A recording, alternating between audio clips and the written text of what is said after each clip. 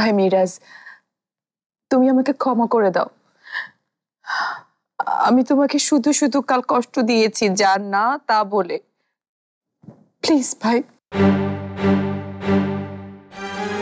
ক্ষমা কি পাবো না তোমার এই বড় বোনের মতো ভাবিটি?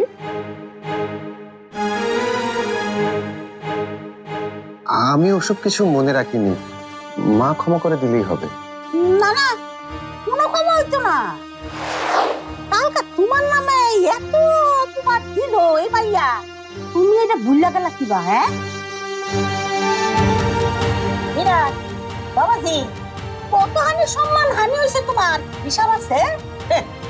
মান হানির মামলা টুকটা দিলে কোটি টাকার বেশি নামবো তোমার পকেটে। আম্মা, এসব আপনি কি বলছেন? আপনি জানতো আপনার এখানে কোনো কাজ নেই, আপনি জানতো। করবা বুঝা হই না, কই বলছে বুদ্ধি খাটাইয়া। যমুনায় চলছে ডাবল খুশি অফার। এই ঈদে যমুনার পণ্য কিনলেন তো জিতলেন। কইল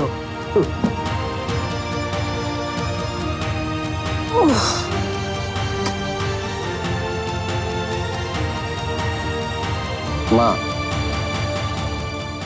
উনি তো ঠিক কথাই বলেছেন, নিজের ভুলটা বুঝতে পেরেছেন। তুমি ওনাকে ক্ষমা করে দাও। তোমার এই একটি ক্ষমা এই পরিবারটিকে আবার এক করবে মা। তুমি কি চাও তোমার চোখের সামনে এ বাড়িতে তোমার ছেলেরা আলাদা আলাদা হাড়িতে রান্না করুক?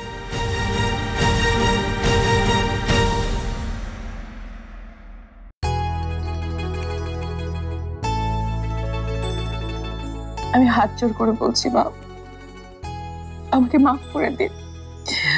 আমার ভীষণ ভুল হয়ে গেছে। আপনি আমার গুরুজন, আপনি যদি আমাকে মাফ না করেন তাহলে আমার শান্তি হবে না। আমিও তোমার সাথে সবকিছু ঠিক করি নাই, প্রথম থেকেই তোমার সবকিছু আমি বাঁকা চোখে দেখছি, গালমন্দ করছি, অযথায় রাগ করছি। কালকে তোমারে আমি বউ হিসেবে বরণ করে নিবার পারি নাই, এইটাই এখন আমার সবচাইতে বড় আফসোস মা। তাই যদি ভেবে থাকেন মা, তাহলে আমাকে একবার জড়িয়ে ধরুন মেয়ের মতো করে। আয় মা, আমার বুকে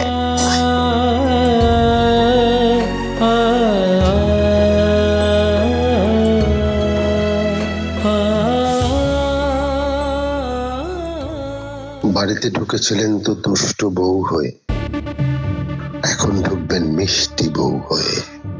মানে সুই হয়ে ঢুকবেন, ফাল হয়ে বের হবেন।